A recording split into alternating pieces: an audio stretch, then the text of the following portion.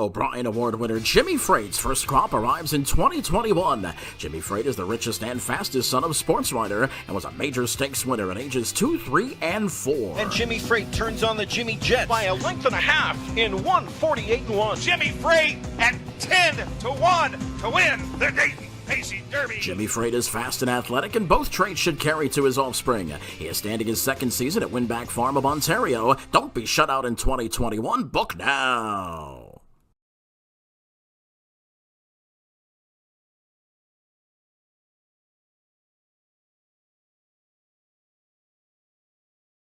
By now, you know the name KOSA TV, an industry leader producing unique, high-quality digital content promoting harness racing in Ontario. Features, virtual programming, live events, and more. KOSA TV has it covered. Follow our social media channels and be sure to subscribe to our YouTube page to view the latest content. And if you're looking to bet your favorite Ontario track, check out hpibet.com. KOSA TV, taking Ontario racing global. Welcome to Twos in Trading. I'm Jaimi MacDonald, and tonight we're talking with Carmen Auciello. He's come out of the gates like a rocket for the 2020 season so far, and in just the 3 months, he's earned more than $500,000 in purses. Carmen is going to give us some insight into his stables and who his team has their eyes on for this summer. All coming up now on Twos in Training, sponsored by Winback Farms, Jimmy Freight, and KOSA.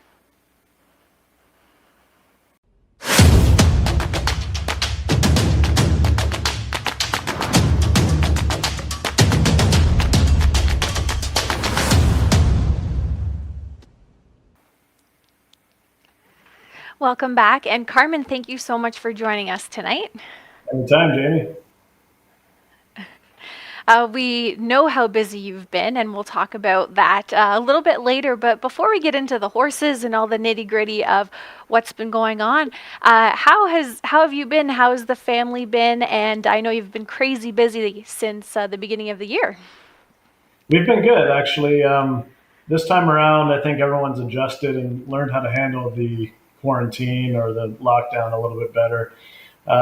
It's nice that we're still racing. That's a major thing for us. Hopefully that can continue for the next, hopefully we don't get shut down again. But no, it's just been nice. And I've kind of got a nice routine going. I'm only going to the track maybe one night a week and, relying on the team. We've got a great team and I'm going a few mornings a week, and it's a good schedule right now.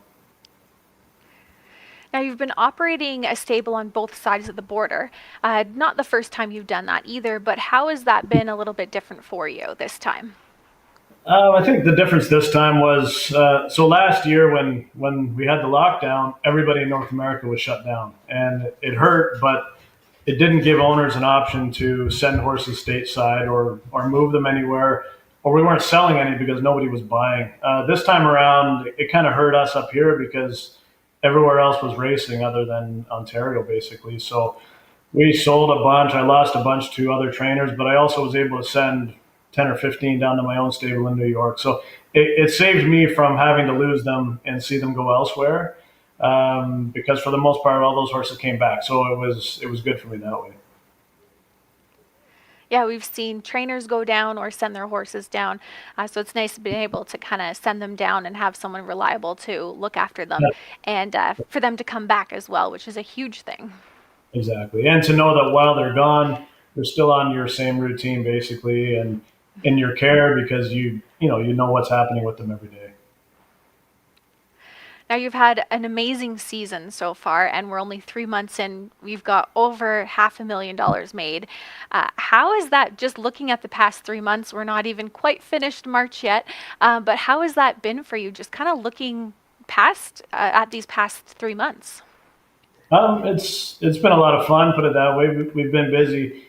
I think what it kind of showed me is that over that break for the 2 months we were off, that we put the work into them and we kept them in shape and had them all ready at first asking.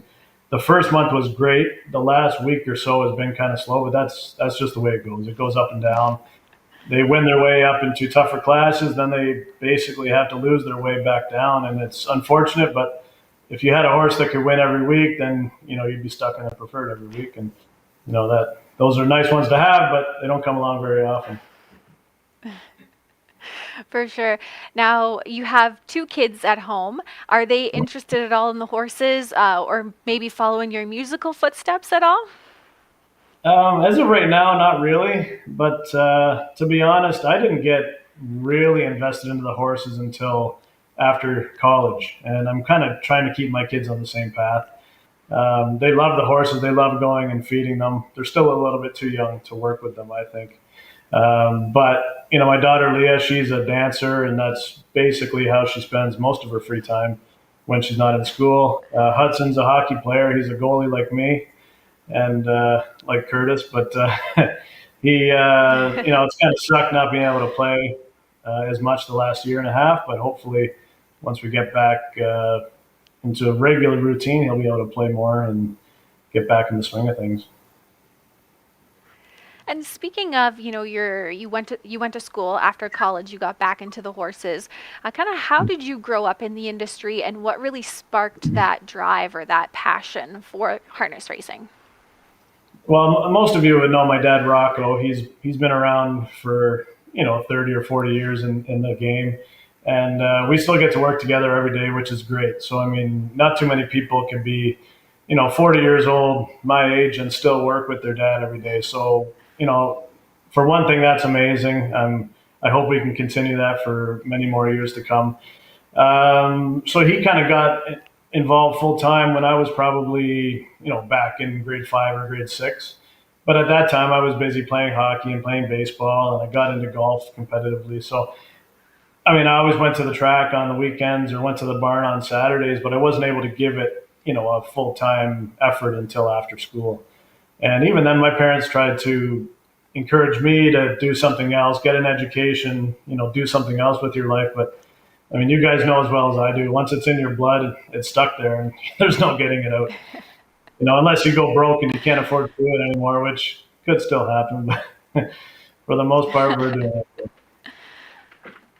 Well, knock on wood, that doesn't happen, and Yeah. and it's great to see, the generations being able to work together, and your kids going in and feeding them on weekends or things like that with you and your dad, because it's such a special moment to kind of see them bonding with the horses as well.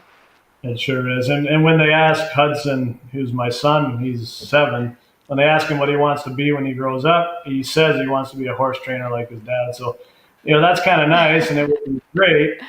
I'd rather him be a driver because they make a lot more money than we do. But all kidding aside, I'm definitely going to encourage him to get an education, both of them, to get an education and follow whatever their dream may be. And if it is, to get into horses and horse racing, then I'll support that. For sure, school doesn't hurt at all. Even if they No. end up trainer, driver, groom, whatever it is, the knowledge is there, and whatever they want to pursue, which is really nice. Mhm. So let's look at your career stats. You've had an amazing career. You've had just shy of 14,000 starts, which is amazing, and just shy of 1,600 wins. A lot of people don't get that many wins after a full career, but yet, you still have lots of life left in your career, and you're already at 1,591 wins with over 24 million in purses. That's got to be kind of special for you to look at those numbers. It's pretty special. I think what it tells me is I've got great health. I mean, I'll be honest, I've watched probably 3/4 of those starts from my living room, with my family with me. And what that tells you is that you've got the right people. You've got people that care about your business, and they want to see me do well, because when I do well, it's good for all of us. And I try to take care of them the best I can. And got a great bunch of owners and great bunch of horses right now too. So, without all those things, you can't do it. This business, you could have 5 or 6 horses, and if you wanted to do it all yourself, it's possible. But if you want to have numbers, that many starts like I've had over the last 10 years, then you need really good help, and we've got it for sure. That's something I hear a lot from trainers of smaller stables or big stables, is it's all about the teamwork and the team. And everyone kind of is humbled by that and say, take myself out of it. All the work that, assistant trainers do, grooms do, drivers do, the support from owners. It really takes a team and a village to make a successful stable, big or small. It sure does. And it just goes to show, I usually go away every January to the Caribbean or something like that. And I swear, every time I'm gone for a week, we have like the best week we've ever had. And everyone says, "Oh, you should stay away longer." And I'd love to, but it just goes to show that even when I'm not there, things run smoothly. The work gets done, the hours get put in, and the horses are taken care of. And that's all I can ask. And speaking of things getting taken care of, let's rewind to 2020. Last year, even with the suspension of racing due to COVID for a few months, you still had over 3.1 million in purses. Is there, or was there, a standout, thing that happened in 2020 for you? I think the standout thing was actually being able to race in the North American Cup and finish third with Moneyman Hill. He also gave me my first Little Brown Jug starter, and I got to go down to Lexington and race a couple weeks with him. It was a lot of fun. It's kind of my first taste of that type of horse. I show a lot of appreciation to the owners that bought him, gave me that opportunity. It's not every day someone will buy a horse of that caliber and put it in your stable. So Aaron Waxman, Larry Fox, Percy Elkins, they trusted in me to take care of a horse like that and race him, and we were third in the big race, which was amazing. I'll remember that forever. Other than that, I think numbers-wise was probably the best year we've had, even though we were shut down for 2 months or more, whatever, 3, I can't remember what it was. I try to block that whole period of time out of my brain, but even though we lost a lot of racing opportunities, we still had a good year. So that just made me more excited for this year to try to even beat all those numbers. And so far, we're off to a good start. And speaking of this year, take us a walk through, the multiple stables that you have. How many horses are you currently training right now? Okay, so our main stable in Port Perry, Ontario, we've got anywhere from 40 to 45 at any given time. I think there's 44 right now. And I've kind of organized that stable that it's the Woodbine, Mohawk, A-track barn. And we try to keep all the Woodbine horses in that barn. It doesn't always happen. A lot of times, some of them just aren't good enough, and you need to race them at B-tracks, or I might send them to the New York stable. But for the most part, 45 horses there. Our second barn, which is at Golden Horseshoe Lanes, we've kept that as our baby barn, basically, with all the 2-year-olds, the 3-year-olds training back. And then it's also my B-track racing barn, which, it's right down the road from Flamborough, and it's only an hour or so from Western Fair and closer to Grand River as well. So it just kind of makes more sense for everybody that the B-tracks horses are shuffling back and forth from that stable, and the Mohawk horses are trucking back and forth from my stables at home. So that's that one stays between 25 and 30, maybe 35 horses when things get busy. And then I've got a barn down in New York that usually has around 12, and 2 full-time people down there. And we race, Yonkers, Meadowlands, Pocono for the most part. And between the 3 of them, we do a lot of racing. We have a lot of fun. There's good days, there's bad days. It seems more bad than good, but that's the way it goes. And anybody watching this video will certainly be able to relate to that, I'm sure. Absolutely. Yeah, you kind of speak for all horsemen there, good days and bad days. But let's get into some of a recap of some of your older horses that have been racing. The first one we're going to look at is Points North. So this is a 6-year-old gelding. Last year had 34 starts, 8 wins, 5 seconds, with earnings of over $210,000. What can you tell us just about this racehorse? He's just a super nice horse. Everything that you would picture in a racehorse is him. He's gentle, he's big, he's strong, he's got the best attitude, and he tries his guts out every week. He's sound, he can race every week. he's one of those when the owners bought him back in the end of 2019, your eyes kind of light up when you get to train a horse like that, because he had shown a lot of promise at 2 and 3, and he had missed some time due to colic surgery and stuff. So I just hoped that I could kind of keep him racing as well as he was for Nifty Norman, and it turns out he really likes the big track and he really likes our routine here. And he just races every week, and he's going to be right there at the wire. It's it gets tough chasing horses like Sintra and Wheels on Fire for the last little while, but he gives it his all, and even when you're finishing third in the preferred, it's a good paycheck. So he's just a super nice horse. The next one is Ivana Flyby. This is your 7-year-old mare here. For 2020, 7 starts, 4 wins already, and has earned just shy of $60,000 in 2021. And you got this mare in the summer of 2020, which came from down under in New Zealand.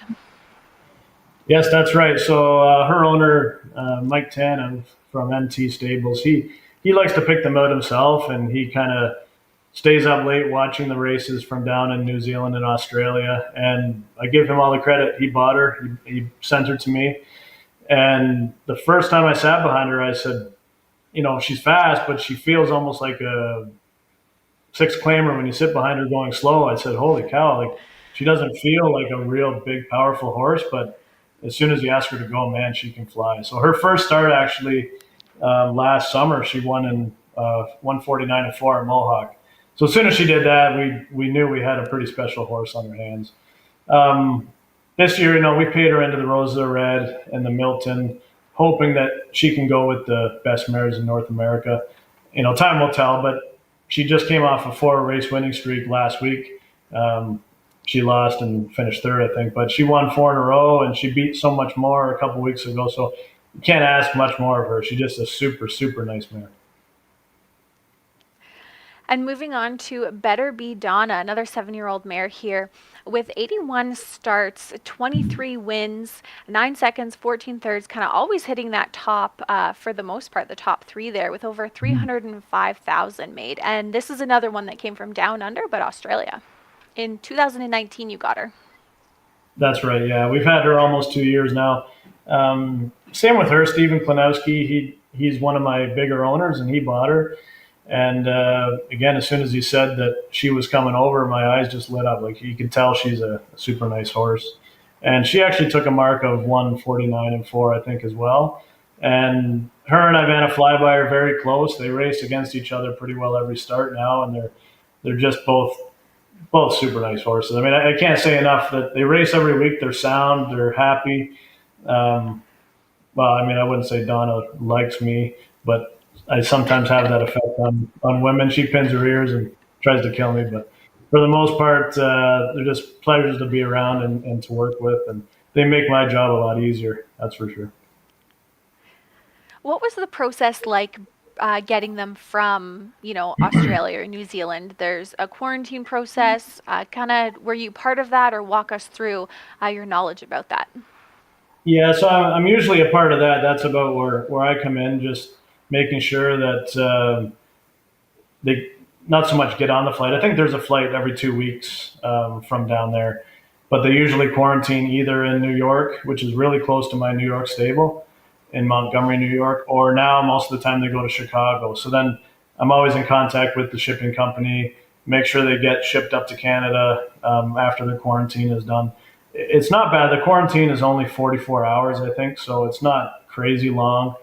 But when they get here, you can tell they're pretty exhausted. You can tell that they've been, on a plane for a couple days and they're worn out. We usually give them about a month of downtime before we really do anything crazy with them. So, it's a long process when you're buying from over there. It's an expensive process because you're usually around 20,000 US just to get them here, which is pretty crazy. But, if you buy the right horse and you do your homework, it could be worth it. For sure. The last one here we're going to talk about is Buck Dancer. So your 5-year-old gelding for 2021 so far, 9 starts, 4 wins, a second, and over 82,000 made. And this one was down in your New York stable for January and February. He was, yes. It was one of those things. Larry Fox bought him at the Ohio sale back in, I want to say October, November. And he sent him up because they said he needed a big track. And he came up and he was just lights out when he came. I think he won his first three. And then all of a sudden there was a shutdown for COVID. And we just thought about it. We said, you know what? He was just coming off a month off. And we didn't really want to shut him down again. So we sent him down to the Meadowlands. And his first start, he won. He looked great. He actually raced really well all 5 starts he was there. And then once we opened back up here, we brought him up and he went on another winning streak of, I think, 3 in a row. And what a nice animal. He's pretty well bred. His one sister, I think Satin Dancer was her name. She won a bunch of stake races and made a lot of money. So he's got a license to be a good horse, and he's performed really well for us. So let's rewind a little bit further, a couple more years back to 2018. Now, that was a special year for you for a few reasons. But of course, I would have to say one of the top reasons would be Exhilarated. It was, yep. Back So in the she corner got here, you my first O'Brien award. Yeah, she got you exactly for the older pacing mares of the year. Just tell us about this mare and why was she so special? I think it was kind of a rags to riches story, which over the years we've had a few of them, but we claimed her for, I think, 15,000, actually for a different owner of mine, David Snowden. And her first start that we raced with her, actually we put her right back in for 15, and I thought for sure she was going to be claimed, and she wasn't, and just turned out to be just a tough mare. We raced her for about 4 years and would race every week, and then we raced her in the Milton and the Roses Are Red a couple times.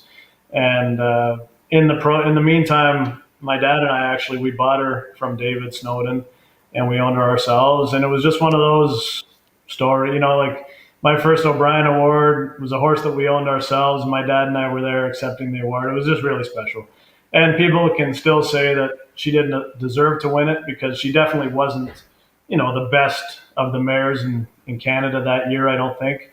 But Caviar Alley was, the horse she was up against. But she had only raced here a few times, and I think people looked at it and said that, for contribution to Canadian harness racing, she was the mare that deserved the award, and it was really special. And another one, going back to 2018, we have Physically Inclined. So this horse had 141 starts, 31 wins, 31 seconds, 10 thirds, and just over 855,000 in earnings. Yeah, that's Doogie. Everybody knows him as Doogie. He's what an amazing animal. He's still a stud, and he's loud and he's proud, and he can be intimidating, but he's really a sweetheart.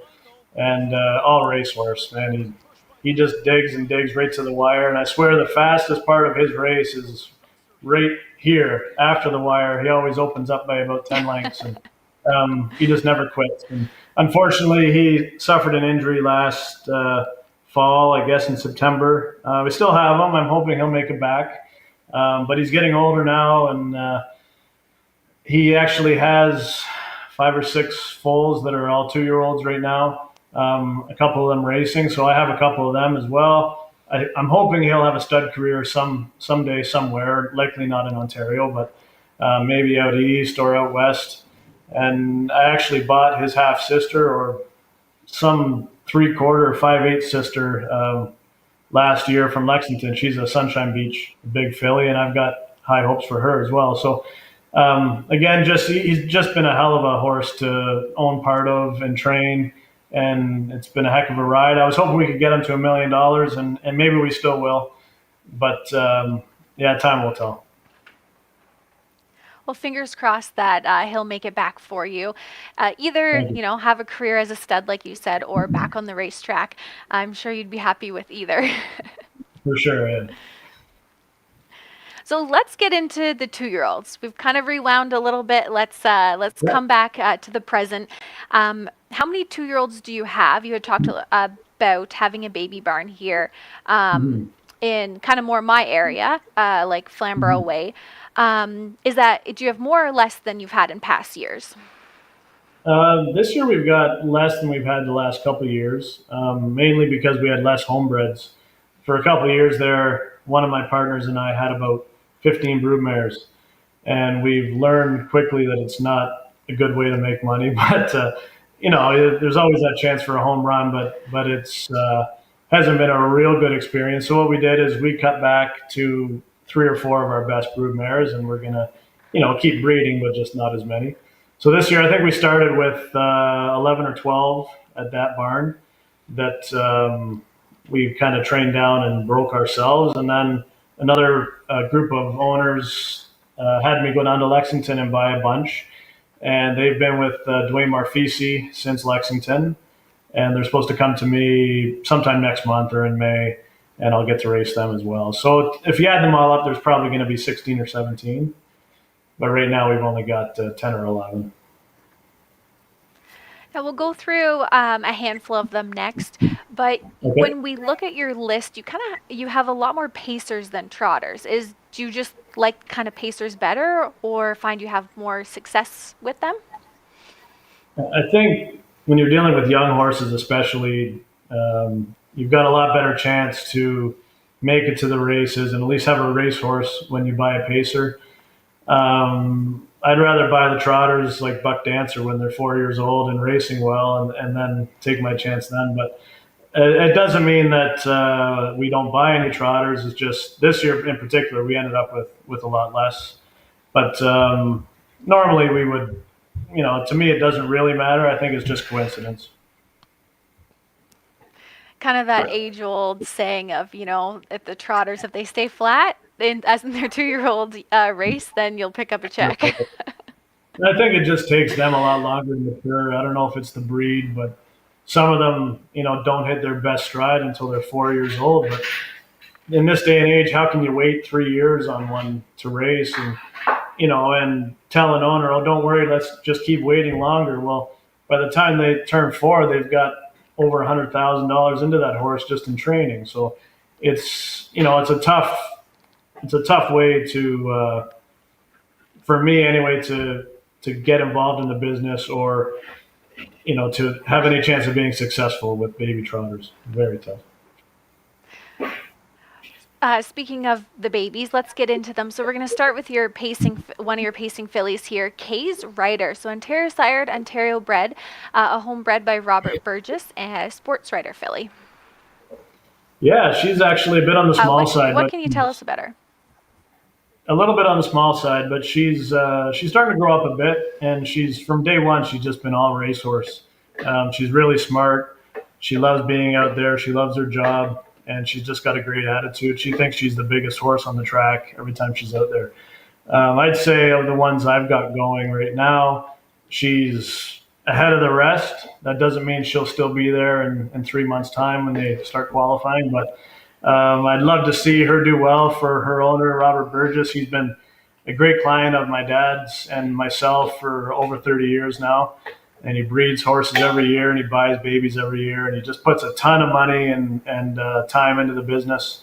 And I'd really like to see him end up with another. He's had some really nice horses over the years, but I'd like to see him get a champion. And I'm not saying she's going to be a champion, but she has all the makings of a really nice filly. Moving on to Cheryl's Shadow, another pacing filly here, Ontario sired, a shadow play filly. Yeah, she's a real big, strong filly. You can see her there. I've got her 2 brothers as well, who are all homebreds of James Downer. So the first one is Knock 10. Second one is Downer's Delight. And then this time we've got a shadow play filly, Cheryl Shadow. And she's got a really great gait to her, really nice attitude. And from day one, she's just done everything right, really. We haven't asked them to go any crazy speed yet or anything, but so far, she's just, she's kind of impressed us and done everything right. And how about a Groundhog Day, another shadow play filly? This one you bred as well. Yeah, so she's out of a mare that we claimed quite a while ago, and I think this is her 3rd foal maybe. The first couple have all shown a little bit of ability, but nothing, really spectacular. They were small though, and this filly, she's big and strong, and she looks like she's, put together to be a real nice racehorse. Still a little bit green. She's got some maturing to do, but she loves to follow and loves to pass, and that's all we can ask. So. Now, speaking of following and passing, is there a way or a specific kind of way you prefer to teach them how to do that around the racetrack when they're getting broke?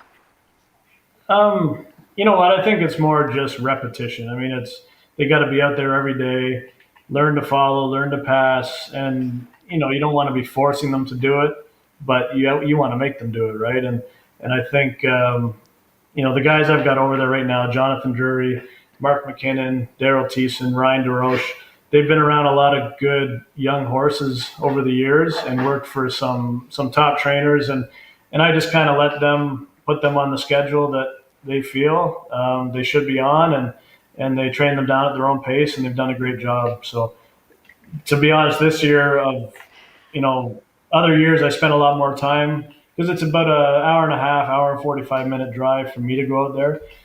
The last couple of years I was going out there once or twice a week. This year I've barely been out there at all to see them, only because I put trust in them, and I know they're doing their job and they're doing the work, and they've got a lot of experience doing it. So when you have as many horses as I do, you can't be hands-on with all of them. It's impossible. So you got to hire the right people that know their stuff, and just hope that it all works out. Absolutely. So let's move on to your Sunshine Beach gelding, Golden Ticket, another one that's Ontario sired and Ontario bred. He is, yeah. He's Stephen Klinowski. He's a good owner of mine. He's got quite a few horses, and only got a couple brood mares. This one was Ocean View Bindi, and a lot of people would remember her from, a few years ago. We actually claimed her and raced her for a few years, and then ended up breeding her. But he's a slick, long-gaited horse, does everything right. We had to geld him a couple months ago just because he wasn't really focusing on his work, but he's a lot better now. He's all business, and he looks like he's going to be a speedy little horse. Is that a tough decision to make when they're so young, to geld them or to keep them as a colt, just because of the uncertainty and, of course, breeding in the future?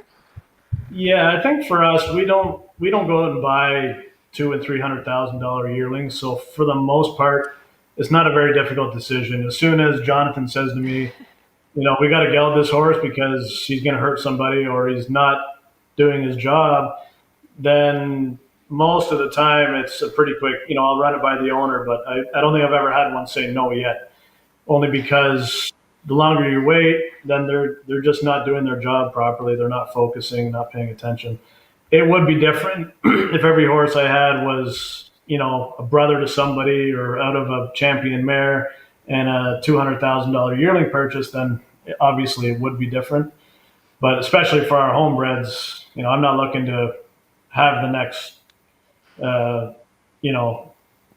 Some Beach Somewhere or Captain Treacherous and have a stud. I just want to have a nice racehorse. So you do whatever you can to make sure you end up with, the best opportunity.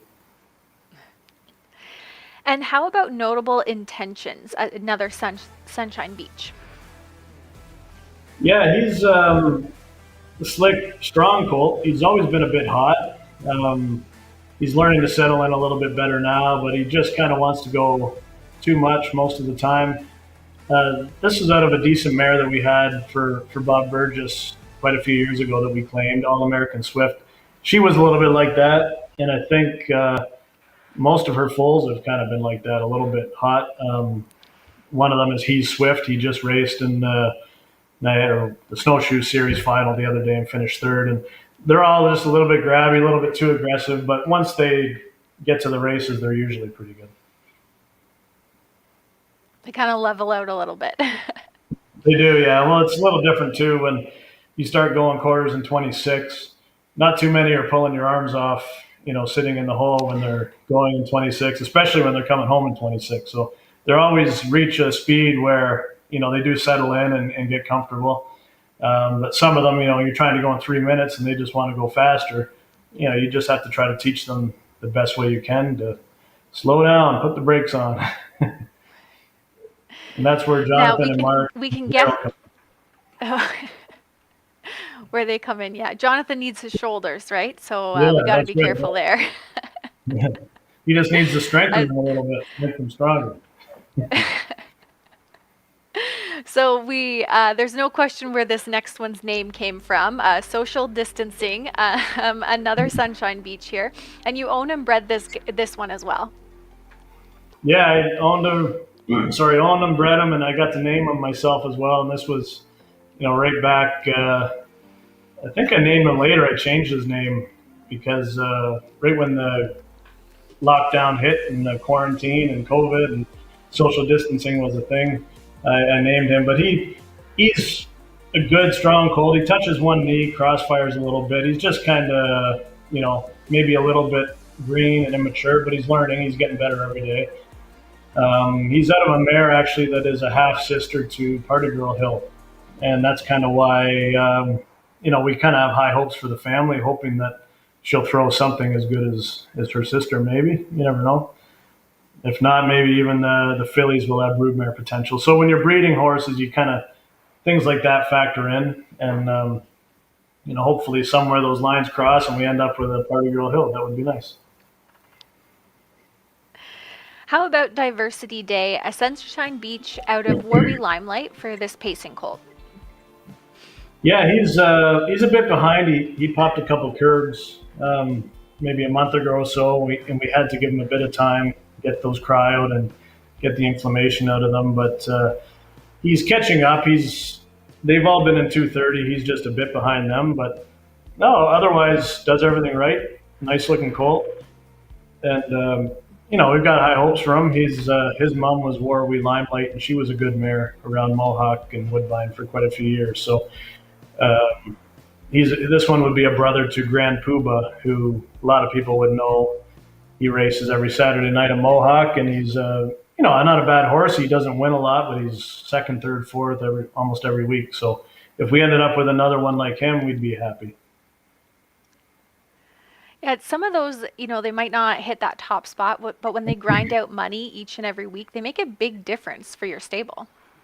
They do. I think Grand Poobah raced 40 times last year. He had one win and made $80,000. Like it's, and what it does is when you get to stay in the same class every week because you don't win, you don't have to move up and down. Like, the Saturday night condition horses, if you win one race or finish second, you got to move up into a tougher class.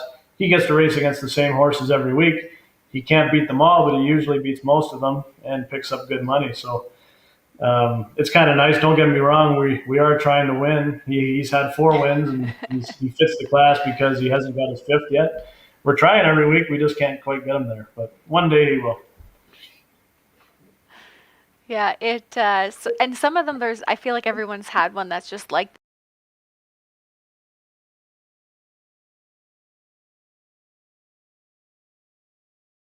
the horses out on the racetrack in everybody's barns. But we lost his audio. I'm back now. Can you hear me now? Oh yeah, now we got you Okay. back. All right. I lost your let- for a minute. Technology, right? We're a year into these shows, but sometimes things happen. Well, none of us So have let's done talk enough about meetings lately either. So every day, Exactly. calls, meeting. Let's move on to the last 4 on our list. You mentioned them before. They went into Dwayne Marfisi's barn. You went down to the sales to look at these. So when we're going through them, tell us about what stood out to you about them. The first one we're going to start is Born Ready, Rock and Roll Dance. You got at the Lexington Select sale for $40,000. Yeah, you know what? I had the luxury of going down, and I could give an unbiased opinion. The owners, Aaron Waxman especially, gave me a list of horses to look at and just said, I want to know if they're thumbs up or thumbs down. And she, as soon as I saw her, you can see she's racy. She's a good size. She's all pace. And I've had a couple of rock and roll dances in the past that are really fast. So, she just looked like she's going to be a racer. She looked at like a 2-year-old last year when we bought her. So got really high hopes for her. She's doing everything right. I think she's probably the best of the four that Dwayne has over there. And she's been in 230 and ready to go more. And how about Mickey Lindy, pacing colt? Obviously, always be Mickey. This one, $50,000 at Lexington. What really stood out about this colt? Oh, and he's just a huge animal, and he looked like a 4-year-old walking through the ring, against some 2-year-olds. So that's what I liked about him the best. He's put together real nice. He's real muscular, and he's going to be a big horse. And big doesn't always mean fast, or doesn't always mean they're going to be any good. But I think you're starting out, a little bit ahead of the rest of them when you can have a horse of that size, and especially with the head he's got on his shoulders and his attitude. So he's got the makings of a really nice animal. And moving on to a Bettor's Delight colt, Ontario sired, Lexington for $40,000, Je ne sais quoi de vie. Yeah, I still actually haven't Googled that to see what it means. Something life, I think. But anyway, he's your typical Bettor's Delight. He's not real big, but he's flashy looking. He's got a real nice stride to him, as you can see there. And, I think most of the Bettor's Delights have been on the smaller side. Usually, the stigma with him was you don't want the big ones. And that's kind of what we were looking for. We wanted him to be, athletic looking and put together right, and not be a big, clumsy animal. And, as far as that goes, he's a real nice looking colt. And I think he's been in 30 as well and doing everything right. And the last one here is you had one job, trotting colt this time, an Archangel got at Harrisburg for $25,000. Yeah, I didn't go to the Harrisburg or the Timonium sale last year, so I really had nothing to do with buying this colt. But he's a big, strong horse. He looks really good. I know Aaron Waxman was, I think he bought him online along with Santovena. Or with the Larry Fox, sorry. And, his pedigree looks good. There's been a few Archangels that have looked really good, so I think he's got a bright future for sure. Now, you talked a lot about size when looking at the horses at the sales that you're able to go down to. Is there anything else, specific features that you tend to look at or gravitate towards when you're, taking them out of the stalls or looking at their videos? There's so many different things. Everybody kind of has a certain thing that they look for, or that they will, kind of X out per se. But for me, it's mostly confirmation. You want to see that they're not going to pound a knee, or they're not going to interfere real bad. Because if you buy a horse like that, you're almost behind the 8-ball before you even get started. So you'd like to at least see good confirmation. When you watch their video, you want to make sure they're not going to whack their knees or hit themselves real bad and behind if they're a trotter. And, and then we look at athleticism. I think that's a big one. You can sometimes, it'd be like going into a kindergarten classroom.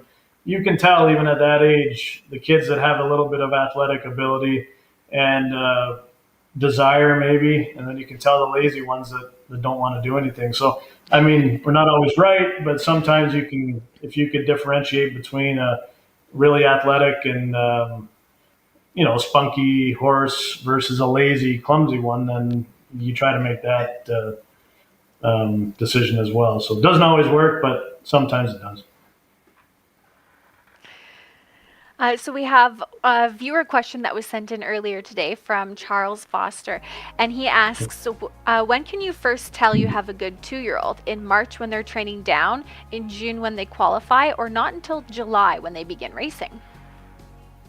I'm a firm believer, and I wouldn't say I've trained down a ton of real good 2-year-olds, but I listen to so many stories. People say in February, "Oh, you got to see this colt I have. He's the best one I've ever had." Until they start racing in July, you really don't know anything. You can tell when you have a really bad one, I think. But if you have 10 horses in 230 or 220, people can say, "Oh, this is the best one here." But for the most part, you don't know a heck of a lot until they start racing. or at least start qualifying anyway, because some of them just like a light bulb goes off when they see the starting gate and when they see 9 other horses against them. So again, I haven't had a ton of real good babies over the years, but for the most part, I've been surprised by many that I didn't like in March and ended up loving in July and August just for that reason. Yeah, I've heard it, from so many different trainers that, the ones that they like or that this is their best one this time of year, sometimes they don't end up liking halfway through or just can't make it all the way through the season. They change so drastically when they're just 2-year-olds. That's right. Or sometimes they don't hold up, and those are the ones you see a year later, making their first start as a 3-year-old. And I do believe you can tell, you can judge how talented they are, how fast they are in March, how how slick their gait is. But the one thing you can't tell is what's in here. And they don't really show that heart until they hit the 3/4 pole and 124, and that's whether they keep going or they stop, right? And that's the one thing you can't measure at a horse sale. You can't measure when you're training down or anything. So, a lot of good horses, you'll hear, especially studs, you'll hear trainers say, "Oh, I didn't even like this horse when he qualified in June, and then 3 months later he's winning the Breeders' Crown." Like it happens because a lot of them develop that killer instinct over the course of the year, and they're all different, but you just really never know. Now, you manage to have or make careers out of horses, really a longevity of a racehorse.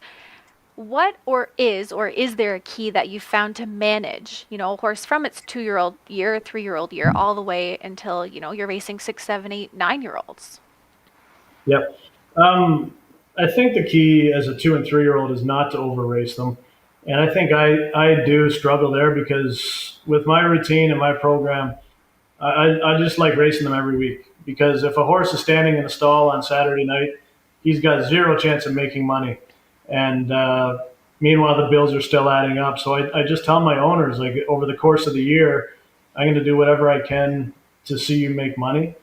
And sometimes that involves racing them 46 times instead of 36, because those 10 extra weeks, they got a chance to just make that much more money, right? So I think as young horses, you can't do that. You have to manage them properly. They're still growing. They're still maturing.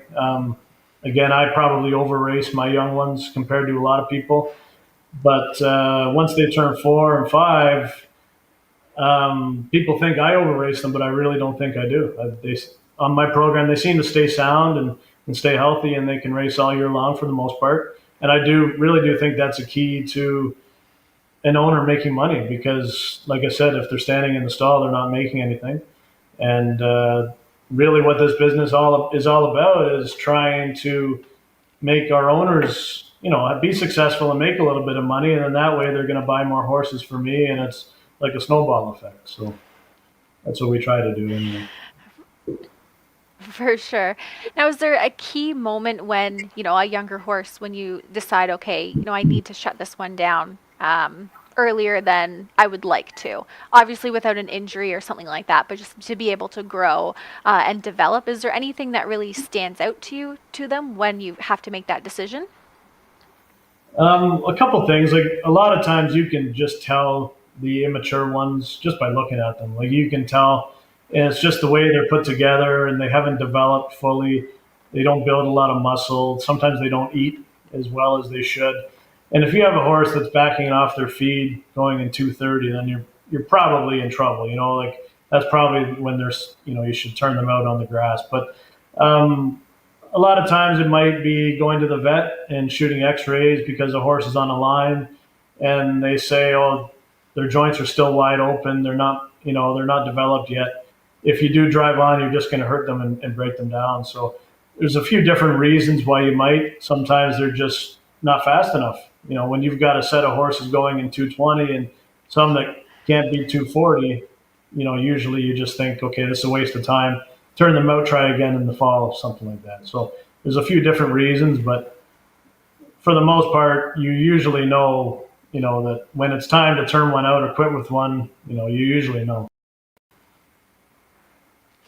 And what about the difference between we hear people talk about it all the time. Summer horses versus winter horses. Some horses race obviously better in the summer, and some actually race better in the winter. Do you find that that seems to be true?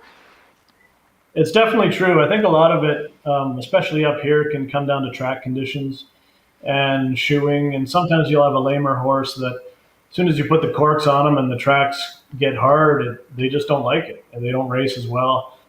Other reasons could be breathing related. A lot of people that might have asthma or COPD, it's just tougher to breathe in the wintertime when the weather's cold, especially when it's minus 20 and we're asking these horses to run a mile at full speed, right? So, horses can't talk. They can't tell you, oh, I had so much trouble breathing last night.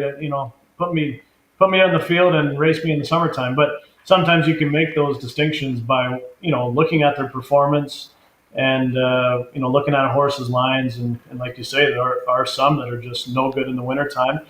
But then you have some that just will go even faster in the winter or as fast as they do in the summer. And I think that could come down to breathing and soundness as well.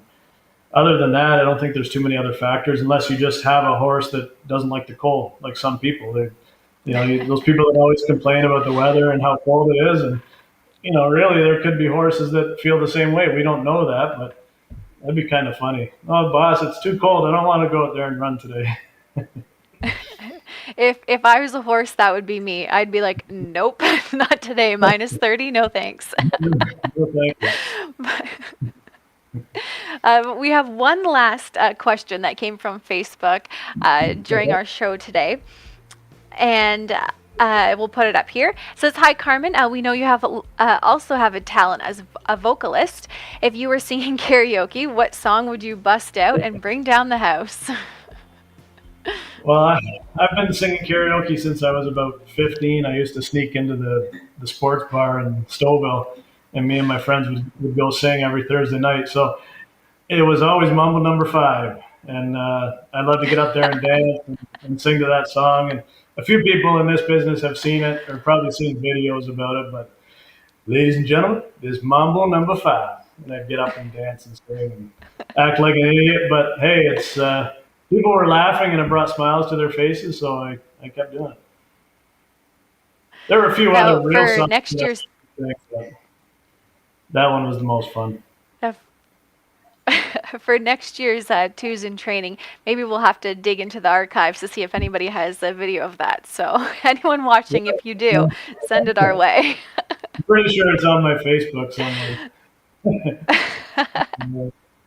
We'll do a bit more digging for next time.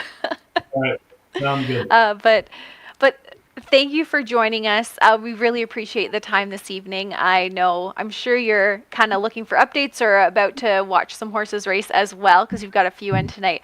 But once again, thanks for joining us here on Twos in Training. Anytime. That was a lot of fun. I've actually got one going to the gate any minute now at Mohawk in the third race. So hopefully it hasn't gone yet. Maybe it has. I don't know. But I've been trying to focus on you guys, and I haven't checked my phone for almost an hour. That's very unlike me. But hey, I'm still alive. I went an hour without checking my phone, and I didn't die. So that's a newsflash for everybody out there. But, thanks for having me. It was a lot of fun. Anytime. We really appreciate it. Good luck in the third and any others you have after that. And special thanks to Winback Farms, Jimmy Freight, and KOSA for sponsoring tonight's show. Thank Your you. upcoming schedule for the rest of the month and into April. And once again, we will see you soon.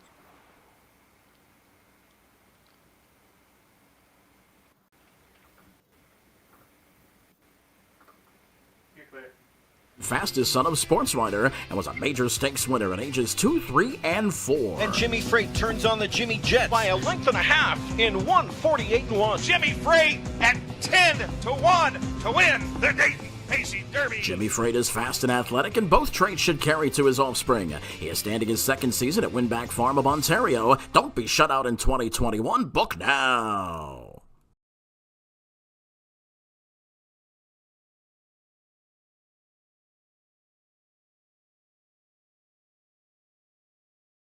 By now, you know the name KOSA TV, an industry leader producing unique, high-quality digital content promoting harness racing in Ontario. Features, virtual programming, live events, and more. KOSA TV has it covered. Follow our social media channels and be sure to subscribe to our YouTube page to view the latest content. And if you're looking to bet your favorite Ontario track, check out hpibet.com. KOSA TV, taking Ontario racing global. Harness Racing Update is the sport's most comprehensive and timely news source. HRU covers the sport from all angles with news, features, photography, opinion, and analysis of racing. Also, HRU covers breeding and sales, as well as industry stories you need to know. It's all delivered by a deep, diverse, and talented team of writers and photographers. And the best news is that it's free to subscribe. Subscribe to HRU today for free at harnessracingupdate.com and see what everyone is talking about.